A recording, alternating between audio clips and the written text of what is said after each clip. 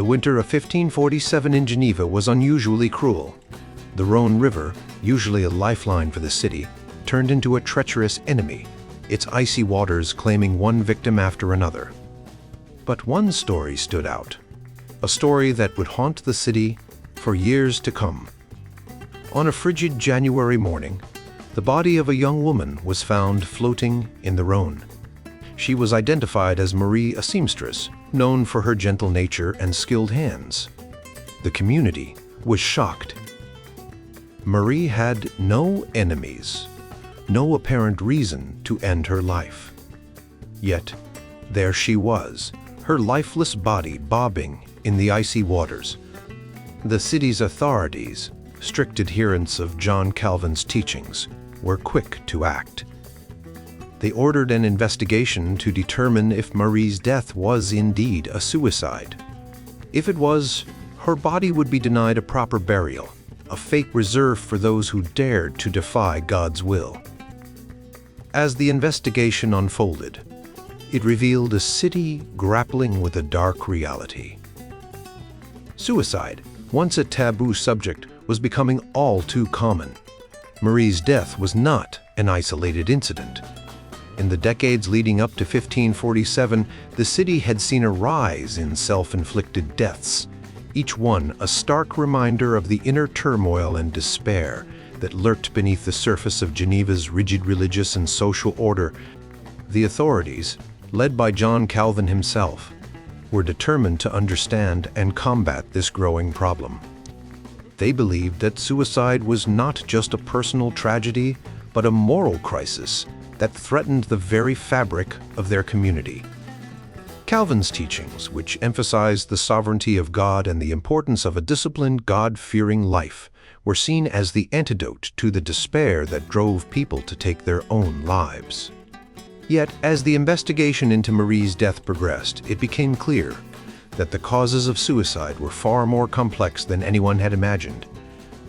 Economic hardship, social isolation, and personal loss were all factors that could push someone to the brink. Marie, for instance, had recently lost her father and was struggling to make ends meet as a single mother. Her story was not unique. Many others in Geneva were facing similar challenges. The city's leaders, while adhering to Calvin's strict moral code, also recognized the need for compassion and support. They began to implement measures to help those in need, from providing financial assistance to offering counseling. But the question of why people chose to end their lives remained a haunting one, a puzzle that defied easy answers. As the winter of 1547 dragged on, the city of Geneva was forced to confront its own shadows. The investigation into Marie's death was just the beginning of a much larger quest to understand the complex interplay of social, economic, and personal factors that could drive someone to take their own life. The story of Marie and the many others like her would shape the city's response to suicide for years to come, leading to a more nuanced and compassionate approach to a problem that no amount of religious fervor could fully solve. But for now, the city was left to mourn the loss of a young life, a life that could have been saved if only they had understood the depths of her despair. The first leap into the icy waters of the Rhône was a wake-up call, a harsh reminder that even in a city built on the principles of faith and discipline, the human heart could still break.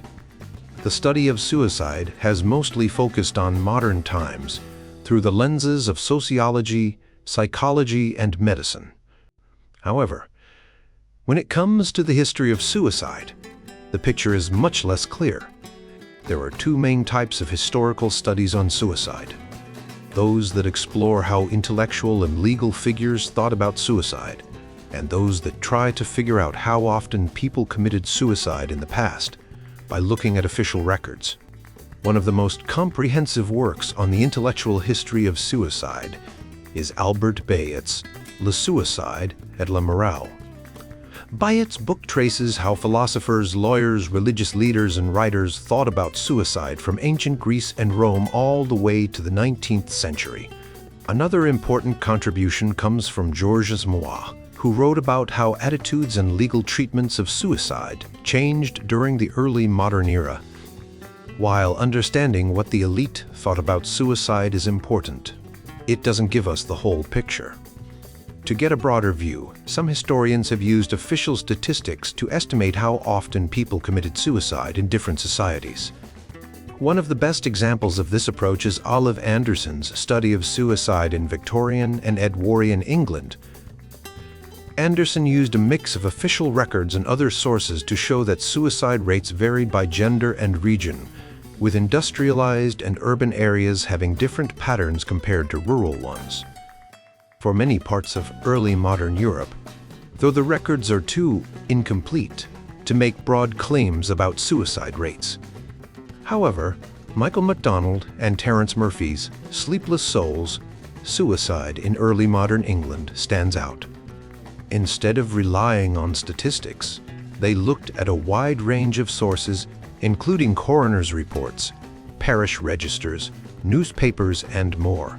They found that attitudes toward suicide changed a lot between 1500 and 1800, influenced by major events like the Reformation, the Civil War, and the Enlightenment. This book takes a similar approach, but focuses on a smaller area, the Republic of Geneva. Geneva's archives are incredibly detailed and well organized, making it possible to study suicide in a way that hasn't been done before. Unlike other studies, this one doesn't just look at statistics. It also examines the individual cases of people who committed suicide, providing a deeper understanding of why they might have done it. Geneva is a fascinating place to study because of its unique history. It was a small but influential city-state that played a crucial role in both the Protestant Reformation and the Enlightenment. In 1536, the city overthrew its prince-bishop and embraced Protestantism, becoming a center for Reformed Christianity. John Calvin, the famous reformer, lived and worked in Geneva, shaping the city's religious and political life. Geneva's influence spread far beyond its borders, affecting other parts of Europe and the world. Despite its small size, Geneva had a significant rural population, which adds another layer to the study. The city's cultural and religious changes can be seen in the way people thought about and dealt with suicide. Some historians argue that Protestants, especially Calvinists, had a special aversion to suicide, while others suggest that the strict religious norms of Calvinism might have actually led to more suicides. For example, Martin Luther, another key figure in the Reformation, believed that feelings of despair were a normal part of the Christian experience. He warned that worrying too much about one's salvation could lead to suicide.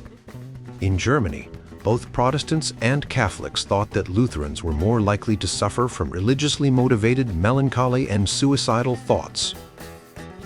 Calvin's teachings, particularly his idea of double predestination, have been criticized for creating feelings of helplessness and despair.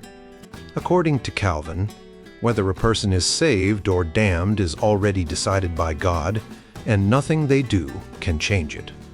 This idea has been linked to high levels of religious anxiety and, in some cases, suicide. In England, Puritans were often accused of fostering religious melancholy, a state of deep despair over one's salvation. Robert Burton, an Anglican priest, wrote that Puritan sermons and teachings on predestination could lead to suicide. There are examples of Puritans who experienced severe anxiety and attempted to take their own lives. By the late 18th century, Geneva had also become a center of the Enlightenment, with figures like Jean-Jacques Rousseau and Voltaire living nearby. This shift from a strictly religious society to a more secular one provides an interesting contrast. The study of suicide in Geneva can help us understand whether the Enlightenment's emphasis on reason and secularism changed people's attitudes towards suicide.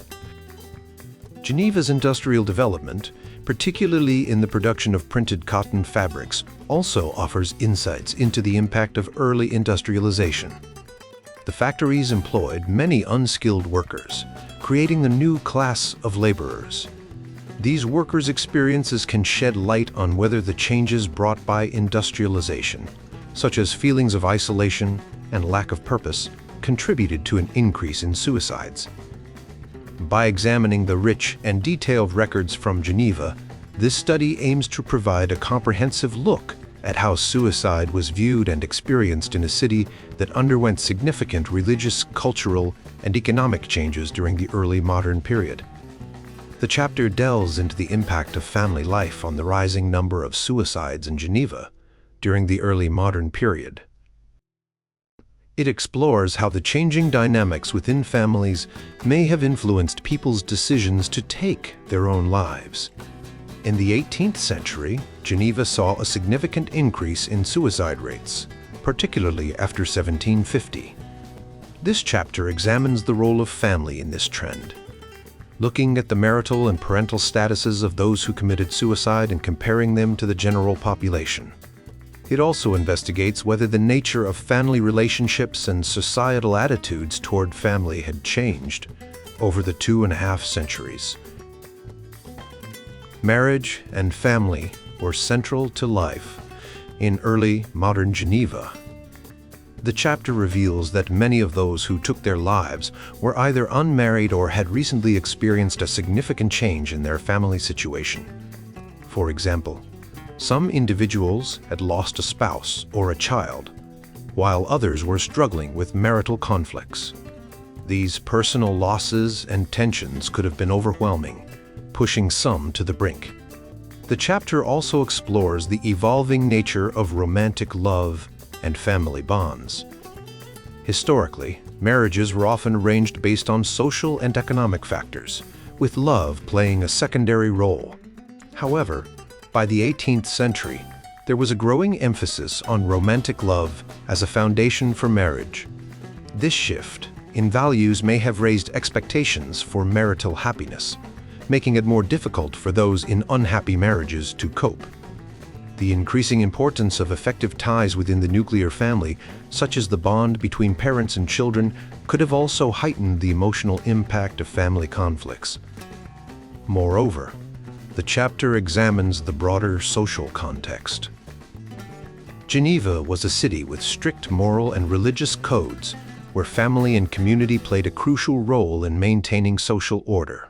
The pressure to conform to these norms could have been particularly intense, especially for those who felt isolated or misunderstood within their families. The chapter suggests that the changing social and cultural landscape may have contributed to a sense of alienation and despair, making suicide seem like a viable escape. The chapter also looks at the role of family in providing support or lack thereof. In many cases, family members were the first to notice signs of distress and could have played a crucial role in preventing suicide. However, the chapter finds that in some instances, family members were either unaware of the emotional turmoil or were unable to provide the necessary support. This lack of support could have further exacerbated feelings of isolation and hopelessness. Finally, the chapter considers how the legal and social consequences of suicide may have influenced family dynamics. For example, the property of a person who committed suicide could be confiscated, leaving the family in financial ruin. This added another layer of stress and anxiety, potentially driving some to the edge. By examining these various aspects of family life, the chapter provides a nuanced understanding of how the family context intersected with the broader social, economic, and cultural changes of the early modern period, contributing to the rise in suicide rates in Geneva. In the city of Geneva, during the 16th to 18th centuries, the small council, a group of important officials, kept detailed records of deaths, including those that might have been suicides. These records sometimes left a lot of room for interpretation. Sometimes, the council was very clear that a death was a suicide and made decisions based on that. Other times, they didn't say it outright, but the way they handled the burial gave clues about what they thought. For example, If someone was buried in the early morning, or late at night, or outside the regular cemetery, it usually meant the council believed the person had taken their own life. They didn't want to give that person a proper funeral because they thought it wasn't right. But the council wasn't always fair. People from rich and powerful families often got treated differently. If a wealthy person died in a way that suggested suicide, the council might decide it was an accident, especially if the family asked for leniency. This is exactly what happened with André Kyle, a wealthy merchant who shot himself. His family argued that his mental illness was to blame, and the council agreed, allowing him a proper burial. On the other hand, Jean Bouvard, a vinegar maker, was not so lucky. He had been acting very strangely, hallucinating and even attacking people. When he jumped into the Rhône River, the council decided it was definitely a suicide. They denied him a proper burial and even fined his family. This shows that the council was often influenced by the person's social status. When it came to deciding if a death was a suicide, the council looked at the evidence, but sometimes they ignored it, especially if the person was from a wealthy family. One extreme case was Marc de L'Oreal, a wealthy man who shot himself while staying at his sister's house. Despite strong evidence pointing to suicide, the council ruled it an accident. Another case involved Antoine Charbonnier, a poor apprentice weaver. His mother tried to cover up his suicide by hanging, but witnesses and a surgeon's report made it clear what had happened. Still, the council decided there wasn't enough evidence to call it a suicide. Despite the council's inconsistencies, the evidence shows that suicides in Geneva increased dramatically in the late 18th century. In 1793, the year after a democratic revolution, there were 17 suicides in Geneva, which is a very high number. This was a time of great change and stress, and it seems that many people felt overwhelmed. The rise in suicides was so noticeable that even people at the time were worried. Voltaire, a famous writer who lived near Geneva, said that Genevans were more melancholic than the English, and that there were more suicides in Geneva than in London. Pierre-Michel Henin, a French official, wrote that suicide was admired in Geneva, and that there were more suicides there than anywhere else. He blamed it on Genevan pride and idleness. To understand the true number of suicides, researchers look at all kinds of records, not just the council's decisions.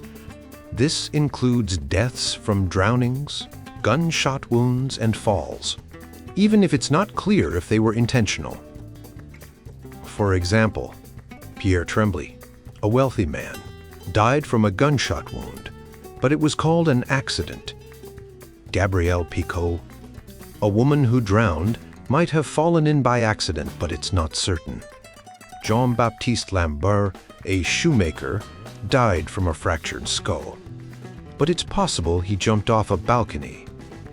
All these records help paint a picture of a society where suicide became more and more common, especially in the late 1700s. It was a time of great social and political change, and the stress of these changes seemed to take a toll on many people.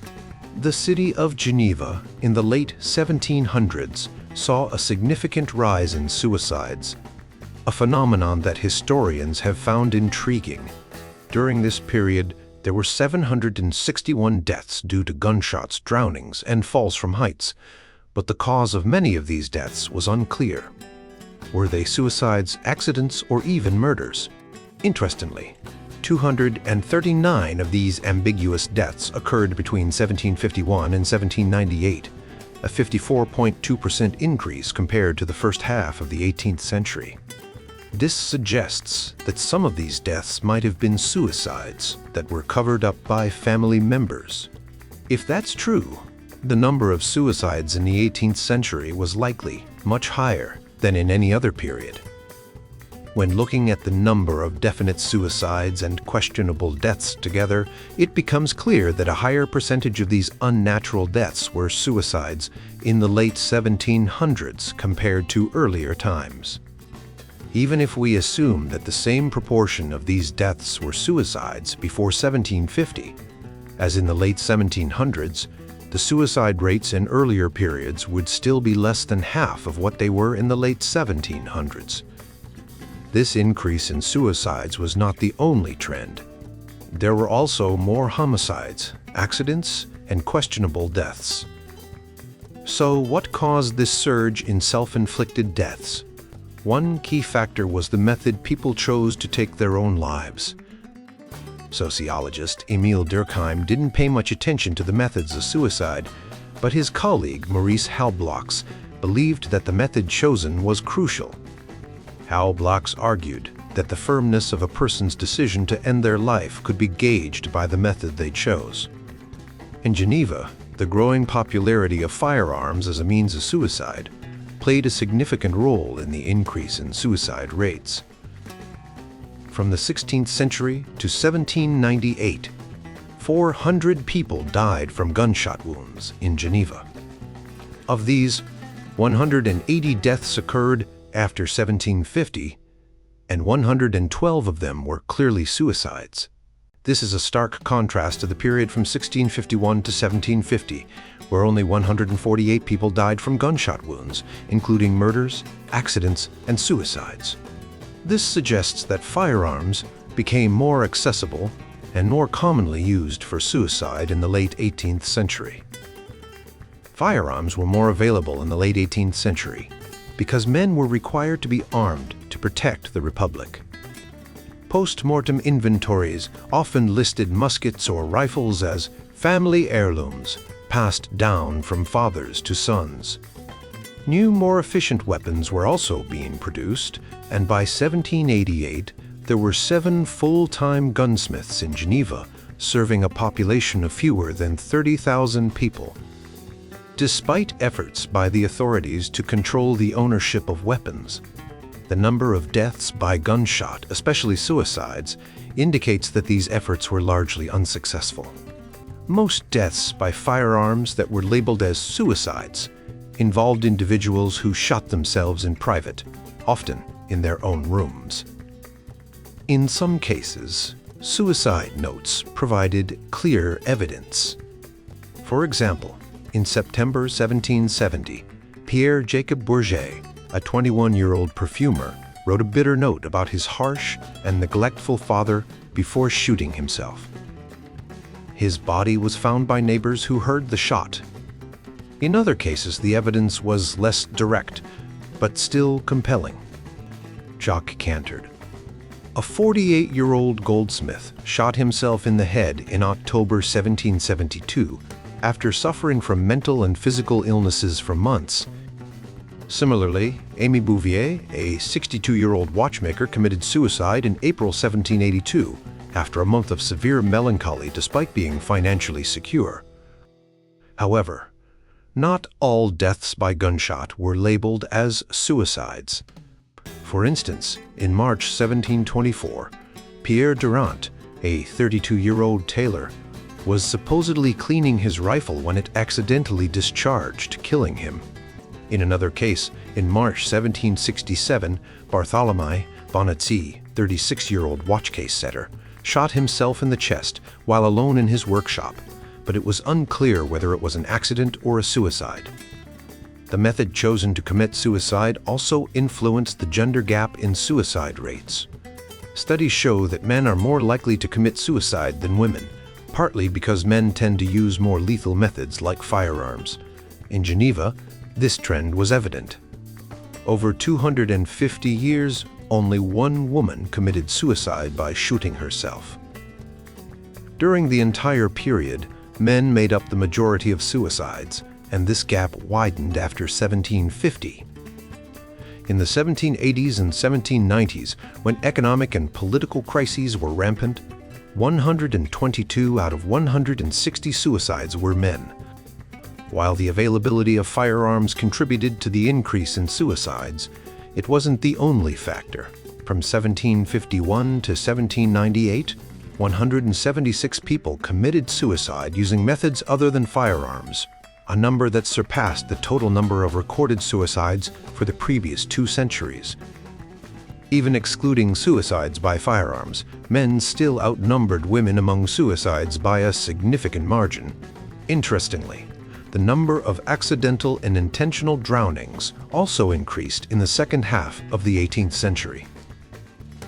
Lake Geneva and the rivers Arve and Rhône were nearby, making drownings common. Some suicides by drowning were witnessed, like the case of John Maudry, who jumped into the Rhône in 1614. In other cases, the evidence was indirect but strong, such as the 1797 incident where Jean-Marc de Pontet left a suicide note and his clothes by the Arve River before drowning himself. In many cases, individuals who had expressed a desire to end their lives or who were suffering from mental or physical illnesses were found drowned. For example, Daniel Nardin, a 22-year-old man, slipped out of his boarding house in the middle of the night and was found drowned in the Rhône a few hours later. Similarly, Marie Jenny, a 20-year-old woman, threatened to throw herself into the Rhône after a bitter argument and was found dead in the river 2 weeks later. The increase in suicides in late 18th century Geneva was a complex phenomenon influenced by the availability of firearms, the methods chosen, and the broader social and economic context. The data suggests that while more guns were available, the primary factor was the willingness of people to use them against themselves. The data reveals a dark trend in the city of Geneva during the 18th century, a significant rise in drownings, with many of these being suicides. Between 1542 and 1798, a total of 849 people drowned. Of these, 139 were confirmed suicides, and 87 of these suicides occurred after 1750. This spike in suicides by drowning could suggest that authorities in the 18th century were more willing to label deaths as suicides. However, the data shows that the total number of drownings also increased sharply in the late 18th century. From 1750 to 1798, 351 people drowned, with 152 of those occurring after 1780. In contrast, only 196 people drowned in the first half of the 18th century. Despite the population of Geneva growing by only 25% from the first to the second half of the 18th century, the number of drownings increased by 75%.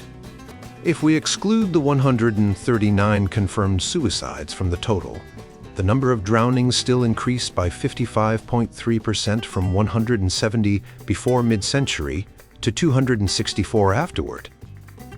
This significant rise suggests that the increase in drownings was not just due to more suicides. Accidents also played a major role.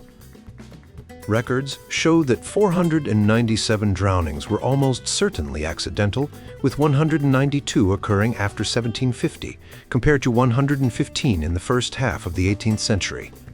Boating accidents, which claimed 69 lives over 250 years, saw a rise from 9 deaths in the first 50 years of the 18th century to 30 after 1750. This increase can be linked to the growth in trade and the corresponding rise in transport on the lake. Additionally, 30 of the 32 sailors who died in boating accidents perished in the second half of the 18th century. Recreational swimming also contributed to the increase in drownings.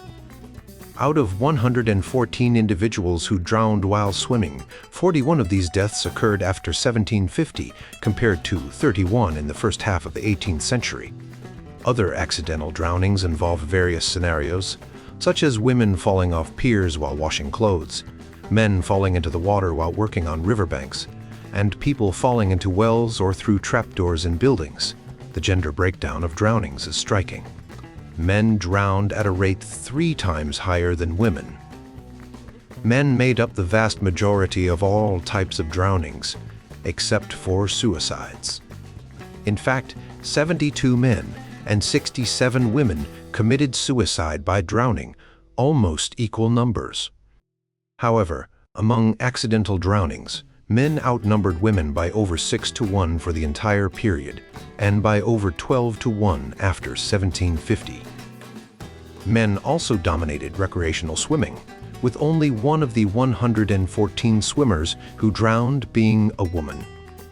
Among children, boys outnumbered girls in accidental drownings by over 2 to 1. This gender disparity can be explained by the different roles and activities of men and women. Men were more likely to work near water, such as sailors, construction workers, and soldiers, which increased their risk of accidental drowning. Women, on the other hand, were less likely to be in these high-risk occupations. Women also committed suicide by drowning in roughly equal numbers to men, despite not being as frequently near water for work or leisure. This suggests that women found drowning to be a particularly attractive method of suicide. Unlike men, who had access to firearms, women viewed drowning as a quick and less painful way to end their lives. Poison was less accessible, and hanging could be less reliable. The increase in drownings, both accidental and intentional, in the late 18th century also extended to deaths from falls. Over 250 years, 670 people died from falls, including a range of accidents like carpenters falling off roofs, drunks stumbling, and elderly people tripping down stairs. Among these, jumping from heights was the fourth most common method of suicide. For example, Jacqueline Davenay, a troubled woman, jumped from a fourth-floor window in 1672, and John Tremblay, an elderly man suffering from illness, fell from a window in 1785. Both cases were declared suicides. The gender breakdown for deaths from falls also showed a pattern. Men outnumbered women by more than 2 to 1 in total falls, and even among children, boys died more frequently from accidental falls. However, women outnumbered men in suicides by jumping from heights 30 to 21. This suggests that women found it easier to access upper-story windows and saw jumping as a quick and certain method of ending their lives. Men, on the other hand, were more likely to die from falls related to their occupations, such as construction and military duties. The late 18th century saw a dramatic increase in deaths from falls, both accidental and intentional. The number of suicides by jumping from heights almost tripled from the first to the second half of the 18th century, while total deaths from falls doubled. This increase cannot be fully explained by the boom in construction alone, which saw 47 construction workers die from falls after 1750, compared to 30 in the first half of the century. The rise in drownings and falls, both accidental and intentional, points to a real increase in suicides in the late 18th century, reflecting the social and economic changes of the time. The data from Geneva during the early modern period offers a fascinating glimpse into the methods and motivations behind suicides and homicides. Let's dive into the details, especially focusing on the late 18th century, a time when the rates of both suicides and homicides saw significant changes. First, let's talk about suicides by poisoning. It's interesting to note that out of 16 clear cases of suicide by poisoning, 15 occurred after 1750. At first, one might think that authorities just got better at identifying poisonings. However, medical experts and judicial authorities had plenty of experience with poisonings before 1750. In fact, records show that there were 26 fatal poisonings before 1700, and even more dating back to the 1500s. This means that poisonings were probably more common before 1600 than after 1750. When we look at the poisonings that weren't definite suicides, we see that 28 out of 36 occurred before the mid-1700s. Among these, 13 involved small children, with only 4 of those deaths happening after 1750. While some of these could have been cases of infanticide, they definitely weren't suicides. Additionally, there were 8 poisonings that were clearly murders, all of which took place before 1750. This suggests that the increase in poisonings in the late 1700s was largely due to an increase in suicides. Now, let's consider the people who committed suicide by poisoning. On average, they were much younger than those who used other methods. While most suicides by other means involved people in their early to mid-40s, those who chose poisoning were on average 30.9 years old. Records show that only 3 people over 40 used poison to end their lives, while 9 were under 30.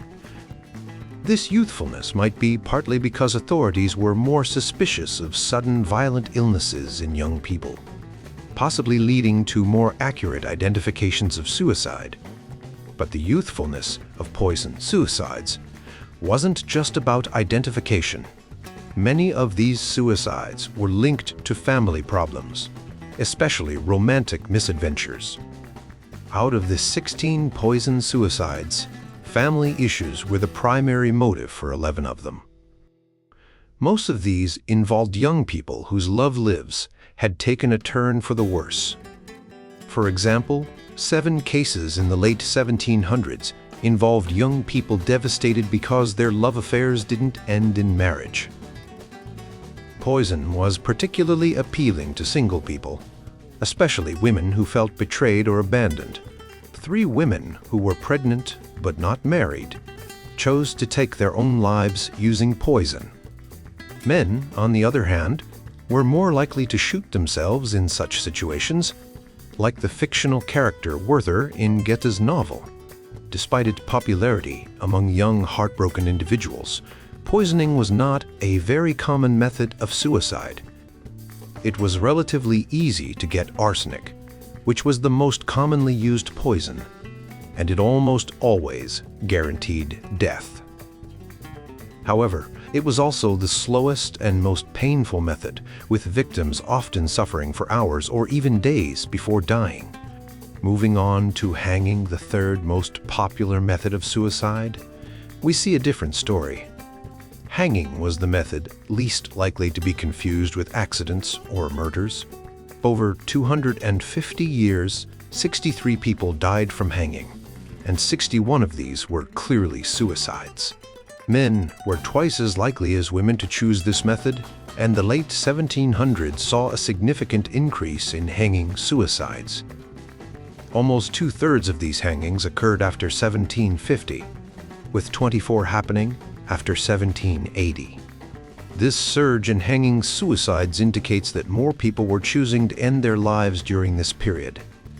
Stabbing, on the other hand, was a much less popular method for suicide. While many people died from stab wounds in Geneva, most of these were the result of homicides.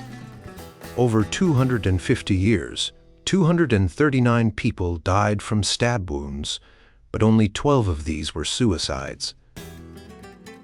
The main reason for this was the high risk of failing to make a fatal wound. People found it easier to shoot themselves, jump into a river, or hang themselves than to stab themselves effectively. When we look at the relationship between suicide and homicide, the data from Geneva provides some interesting insights. Social scientists often think that suicide and homicide are inversely related, meaning that where one is high, the other is low. However, in Geneva, both suicides and homicides increased in the late 1700s, though suicides increased much more dramatically. From 1751 to 1798, there were 288 suicides compared to 131 homicides. This means that Genevan adults were over 3 times more likely to commit suicide than to be the victim of a homicide during this period. Homicides, including infanticide, also saw an increase in the late 1700s, but not as dramatically as suicides. The number of definite cases of infanticide, which were most common in the 1600s, decreased in the 1700s. This might be because mothers and wet nurses finally heeded advice to avoid sleeping in the same bed as infants, reducing the risk of accidental smothering. In the end, the data from Geneva shows that the late 1700s were a time of increasing social and personal distress, leading to more people taking their own lives. The increase in suicides, especially by poisoning and hanging, reflects the growing importance of romantic love and the societal changes of the time. While homicides also increased, the rise in suicides was much more pronounced, highlighting the complex relationship between personal and social factors in early modern Geneva. In the late 18th century, the city of Geneva was going through a period of significant change, especially when it came to the treatment of unwanted children. Mothers were no longer as likely to smother their babies as they had in the past, but they were much more likely to abandon them. This shift is evident from the records, which show a dramatic increase in the number of children being left at hospitals and orphanages, especially in the 50 years after 1750. The line between infanticide, killing a newborn, and abandonment was often blurry.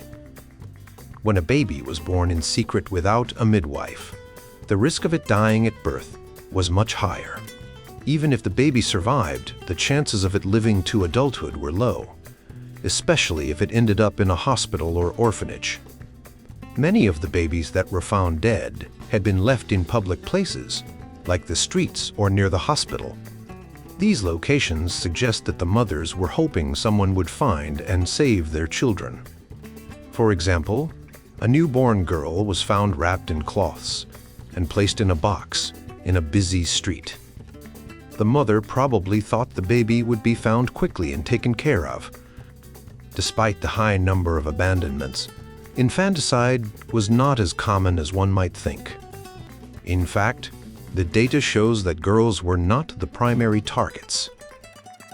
Among the definite cases of infanticide, there were more girls than boys, but among the questionable deaths, there were more boys. This suggests that boys might have been more vulnerable to natural causes, such as sudden infant death sound, that's IDs. When it came to other forms of violence, men were much more likely to be the victims. For example, 10 times as many men as women were murdered in Geneva. Most of these murders happened in the countryside, where criminals could hide more easily. The city, with its larger population and more frequent interactions, offered more protection against random attacks. However, the city had its own issues, with a higher rate of suicides. This pattern, murder in the countryside, suicide in the city, was not unique to Geneva and can be seen in later studies as well. One interesting aspect of suicide in Geneva was its seasonality. Contrary to what some might expect, the number of suicides increased during the warmer months of spring and summer, rather than the colder months of winter. This aligns with findings from other parts of Europe and even modern studies. The reasons for this pattern are complex, but it might be related to social factors.